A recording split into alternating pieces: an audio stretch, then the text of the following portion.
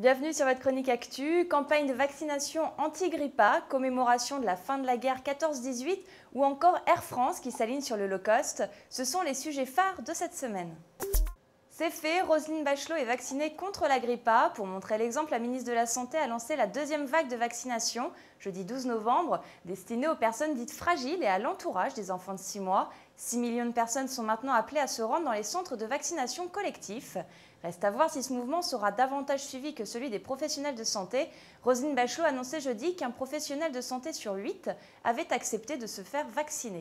Pour les élèves, il faudra patienter jusqu'au 25 novembre pour avoir le droit de se faire vacciner. Les collégiens et lycéens recevront les injections dans les établissements scolaires, les écoliers de maternelle et de primaire dans des centres de vaccination, a annoncé le ministre de l'Éducation nationale, Luc Châtel.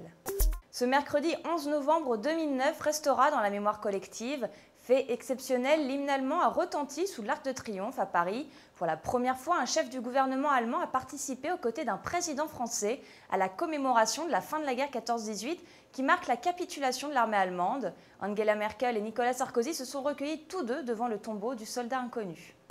Air France se met à la mode low cost. Jeudi 12 novembre, la compagnie aérienne a présenté son plan de réduction des coûts. La refonte de son offre moyen courrier et la baisse de ses tarifs seront appliquées en contrepartie de prestations payantes.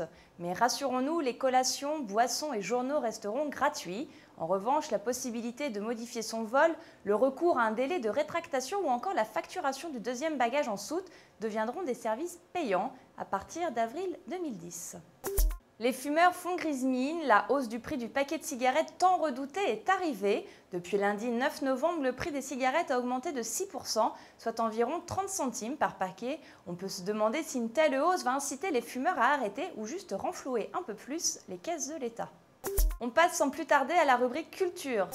C'est le tollé général autour du prix Goncourt. Marianne Dia, lauréate du prix 2009, est au cœur d'une polémique sur la liberté d'expression. Les propos acerbes de la jeune femme concernant la France de Sarkozy ne plaisent pas au ministre député UMP de Seine-Saint-Denis qui considère qu'elle doit faire preuve de réserve. Frédéric Mitterrand, pourtant sollicité par les deux partis, a préféré ne pas se mouiller. 9 mois après la première vente mémorable du Grand Palais, une deuxième vente des objets moins précieux et plus intimes de Pierre Berger et Yves Saint-Laurent sont mis aux enchères jusqu'au 16 novembre dans les salons de Christie's dans le 8e arrondissement de Paris. Avis aux amateurs. Merci de nous avoir suivis et à la semaine prochaine pour de nouvelles actus françaises.